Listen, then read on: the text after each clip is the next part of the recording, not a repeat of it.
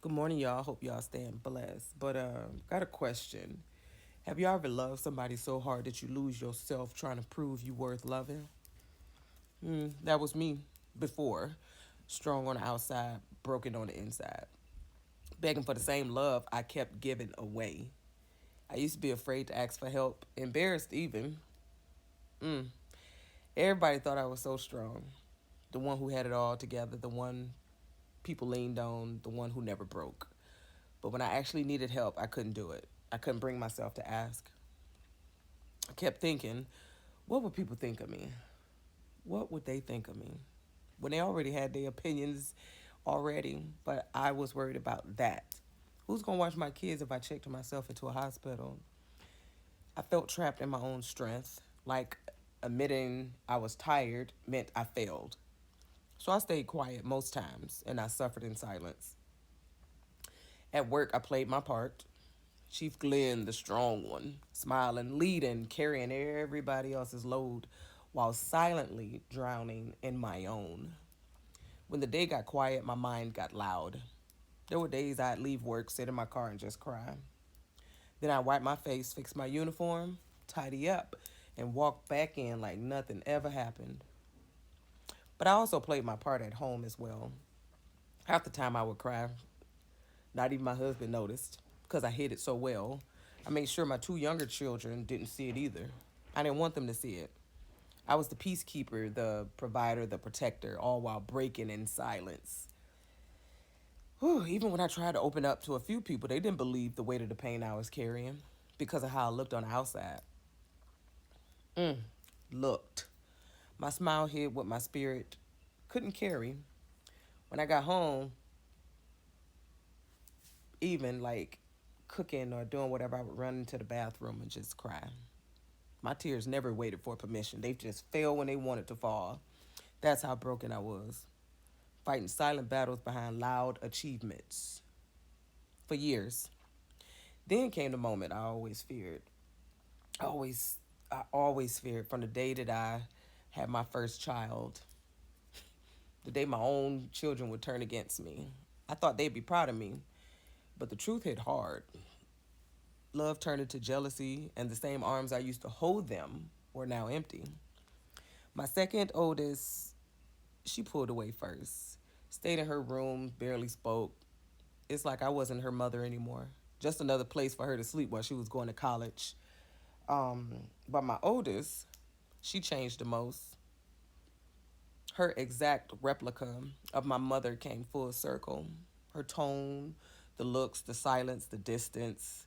It triggered me in ways I didn't even know still lived in me, honestly. That resemblance brought back every scar I thought I'd buried. And one night, that pain got the best of me. It's in March when I picked up, Pum Pum, and I placed it to my temple. Because at that moment, I thought I couldn't do it anymore. The pain was unbearable. The kind of pain that makes your soul ache. It was that bad. But God said, no, Lawanda, not yesterday, not today, not ever. He stopped me right there. And that still gentle voice was louder than every lie the enemy tried to whisper in my ear. Everything started to shift after that. It happened the day I told my oldest to reach out to her dad. The same man who wasn't there her whole life, suddenly he had all her heart, and I was pushed aside. The very man I told her to reach out to, but you know what? It's okay. I don't even cry about it anymore. And nothing was his fault. Like nothing. Yeah. I don't want to imply that. It's been almost a year since I seen both my daughters and my grandchildren. And honestly, I don't care anymore. I don't. I just pray for them and love the two who here with me now to the best of my ability. Mm. You know, back then I didn't understand that sometimes God allows people to walk away to show you who's really walking with you. But in that season, I turned away from him. I was angry, chasing the love of my mother and now my daughters. Well, back then, my daughters, when I should have been chasing the love of my Father in heaven. I thought humility and honesty would fix everything, but it didn't. It didn't. And my pride whispered. If they don't want you around, stay away. But that pride, it was killing me slowly. It was. When I retired, I thought life would finally slow down enough to fix what was broken. But instead of peace, I went searching for love in all the wrong places, mainly in my own home. I was pouring more love out, more effort, more energy into my older children, seems like, than to my two younger ones, trying so badly for them to love me back. I saw the hurt in their eyes, the jealousy toward their younger siblings they had, the moments they didn't want to talk to me or even be in the same room. I saw it all. I saw it all. Even with my oldest that didn't want to come over here or come over in certain hours. And at first, I kept it to myself because I didn't want to push them further away. So I tried to make things easier, more fun. So when I retired, I started smoking reefer. Mixing alcohol with the reefer made me feel like I was in paradise. What they call it, cross-faded. And for a moment, it felt like we were bonding.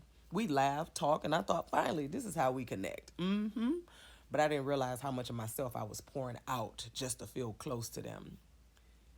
Piece by piece, I was emptying myself, trying to fill a space only God could heal. And let me say this, there's nothing wrong with getting help. Ain't nothing wrong with getting help. Nothing wrong with therapy or medication. Because faith without works is, you know what I'm saying? One day I won't be on this medication, but until then, I thank God for where He's brought me from. Healing doesn't make you weak, it makes you wise. It does. I also had to realize something that set me free. Even though I birthed my children, their environment became their personalities. I'm going to say that again. Their environment became their personalities.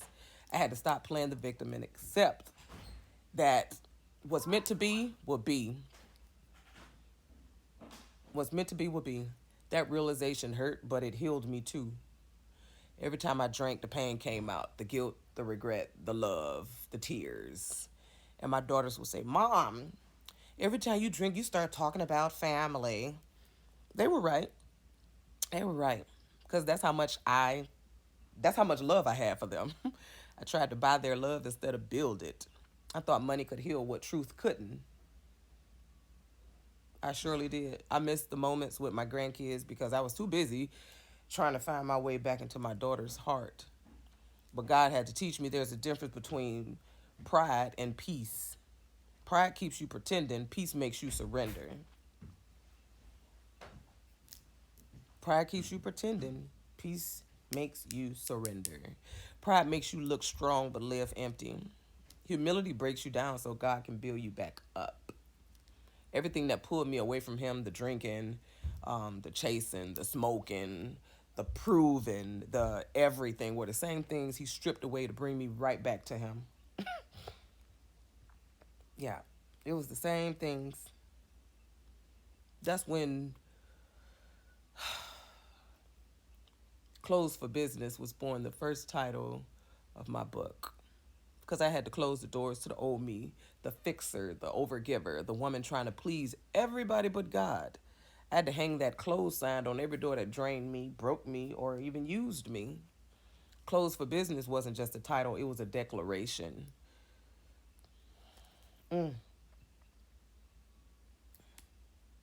Bear with me, y'all.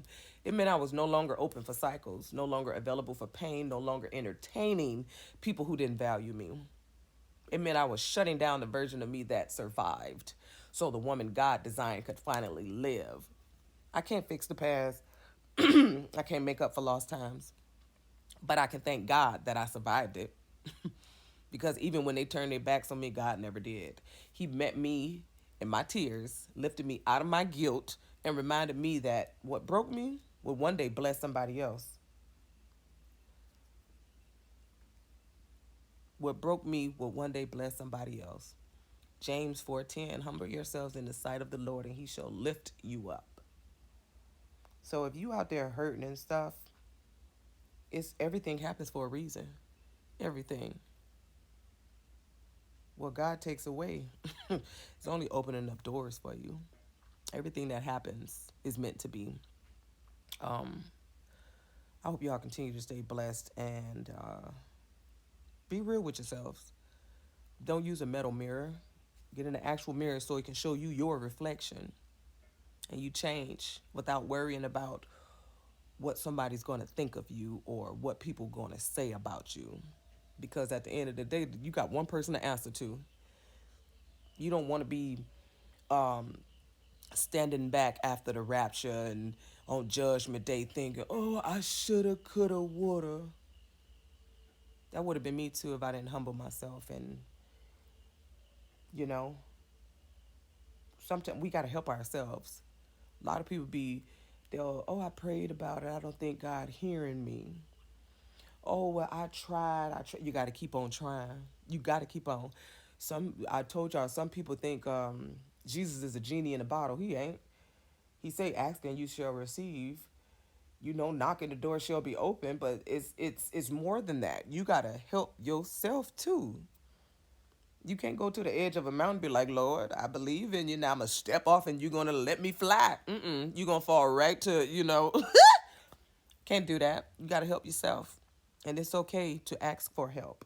And for those people who always out there judging and doing all, you ain't doing nothing but hurting them people more, hurting whoever it is more than what they're already hurting.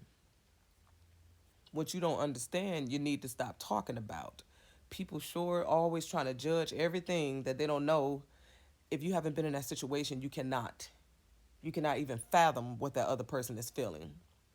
Anybody can say, "Oh well, I would have did this." That's all words until you in that predicament. Pain out here is real. People are actually suffering.